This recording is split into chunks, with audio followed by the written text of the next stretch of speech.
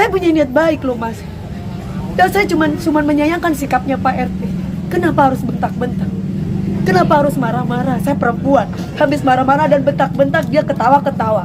Mungkin ada beberapa wartawan yang jadi saksi di situ yang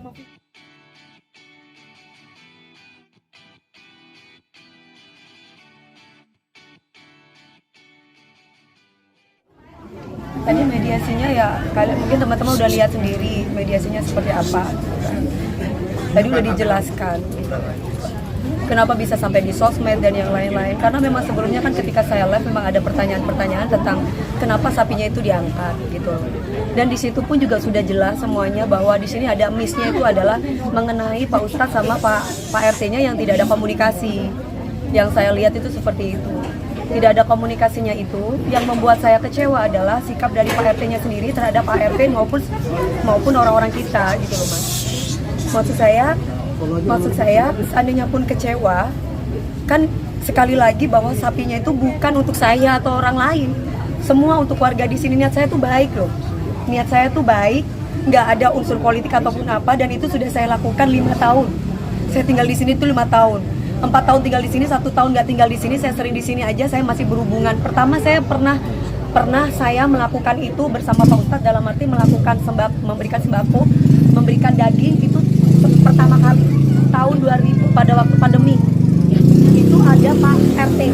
Setelah itu banyak keluhan dari para warga ke saya mengatakan bahwa sembakonya saya tidak mendapatkan sembako Bu, tidak rata lah, yang tidak begini, tidak begitu.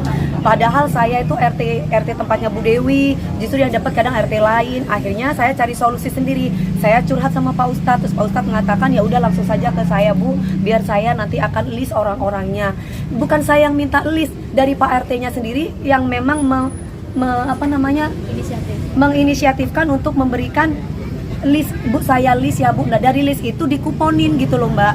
Karena kan yang saya tahu yang namanya sembako, entah itu Idul Fitri ataupun Idul Adha, itu kan buat orang-orang yang tidak mampu. Kalaupun kita mau makan juga nggak apa-apa, tapi kan bukan yang pesta buat makan sendiri, tapi lebih mengutamakan orang-orang yang tidak mampu.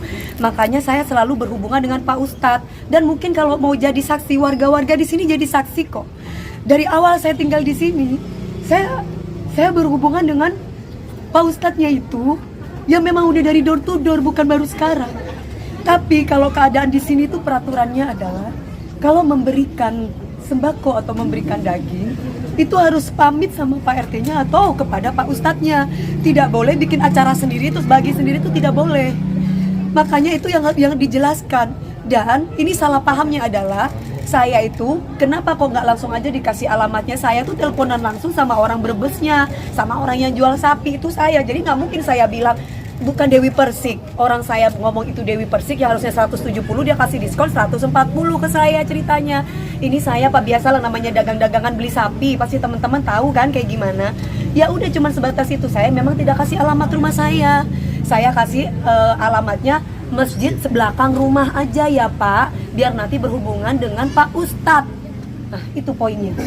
Setelah itu, nanti akan ada orang kita yang akan ngambil sapinya, itu doang. Nah, tapi sapi itu bukan untuk saya, untuk warga di sini, saudara-saudara saya. Dan itu saya lakukan bukan hanya sekali, tapi sudah dari tahun sebelumnya sudah pernah saya lakukan.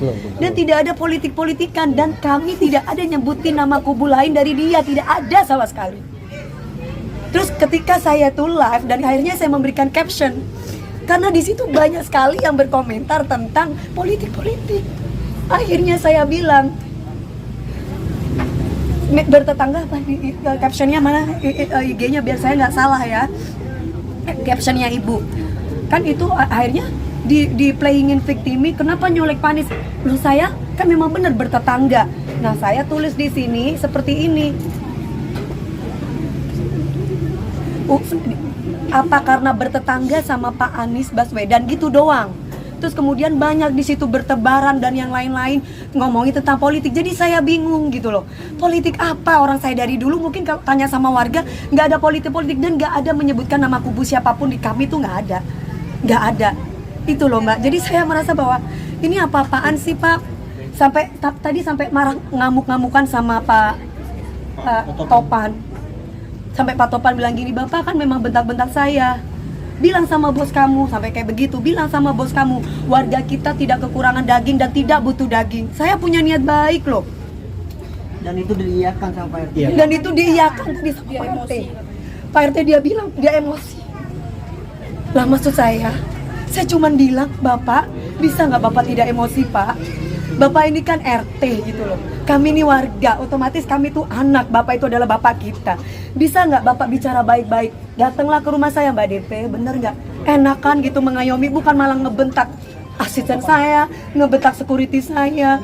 Jangan pandang status, nggak ada kaya, nggak ada miskin dalam hidup ini, semua sama. Kenapa saya tadi marah seperti itu? Dia bentak-bentak saya lagi. Ngomong masalah ras lah yang sebelahnya gak ada mau orang Betawi, mau orang Madura, semua sama. Jangan pernah berbicara ras, jangan pernah berbicara tentang agama, gak ada. Niat saya ibadah, niat saya itu baik, niat saya itu memang dari dulu saya lakukan bukan cuma sekali. Tolong teman-teman luruskan ini. Ini saya lakukan bukan cuma sekali. Kenapa sampai viral dan kenapa sampai ngoceh di sosmed? Karena ketika saya live itu banyak bertebaran di situ menanyakan tentang kenapa sapinya diangkut. Gitu loh ceritanya. Saya punya niat baik loh mas. Dan saya cuman menyayangkan sikapnya Pak RT. Kenapa harus bentak-bentak? Kenapa harus marah-marah? Saya perempuan. Habis marah-marah dan bentak-bentak dia ketawa-ketawa. Mungkin ada beberapa wartawan yang jadi saksi di situ yang memvideokan kami. Pantes nggak Pak RT kayak begitu? Saya merasa kecewa dengan sikap yang kayak gitu. Solusinya tadi apa? Masih belum ya nanti. Gak ada solusi. Belum ketemu titik terang nanti ya. Gak ada solusi, gak ada temu titik terang. Orang saya dibentak kok, semuanya dibentak di sini. Betul. Ya saya ngamuk lah, saya marah. Saya punya niat baik.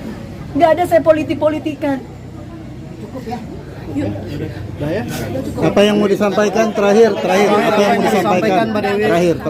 Apa yang mau disampaikan oleh Mami apa? Semoga ini tidak jadi contoh buat semua RT ataupun RW. Seandainya ada sesuatu yang tidak berkenan dengan hati, nggak harus dengan emosi. Langsung tanyakan langsung ke warganya. Seperti saya, kan ini berkaitan dengan saya. Nggak usah nyampaikan ke bos kamu, apalah, nggak usah seperti itu. Langsung tanyakan aja langsung sama saya. Mbak DP ini ceritanya bagaimana? Kenapa ini sapinya kok bisa diangkut? Seperti itu. Justru bukan diangkut untuk dikasih korek. Saya taruh di penjagal supaya, karena apa kan beliau kan ngomongin masalah duit. Saya bilang ya udah Pak tenang aja. Nanti dipotongkan aja. Ada berapa orang di sini, mau 1000 kayak 2000 kita kasih, sampai kita ngomong kayak begitu. Saya utarakan itu ke ART saya, tolong sampaikan itu. Dan saya lagi syuting, jadi bukan dititip sehari 2 hari, dititip cuma beberapa jam mas. Karena di rumah nggak ada orang, cuman ART aja. Bukan nggak mau kotor rumah saya. Satu, saya tidak mau alamat saya tahu. Seandainya pun memang tahu, kebetulan di rumah saya itu cuma tinggal ART yang nggak ngerti. Perempuan semua gini, sapi mau diapain gitu loh. Akhirnya saya udah minta tolong sama Pak Ustadz aja, karena memang kita biasanya minta tolong sama Pak Ustadz gitu loh ceritanya. Mbak DP sekarang sapinya gimana jadi Mbak? Udah dipotong-potong. Ada sapi udah tinggal kita bagi-bagi dan itu biasa kita lakukan mas gitu loh ceritanya. Tinggal beres aja semua.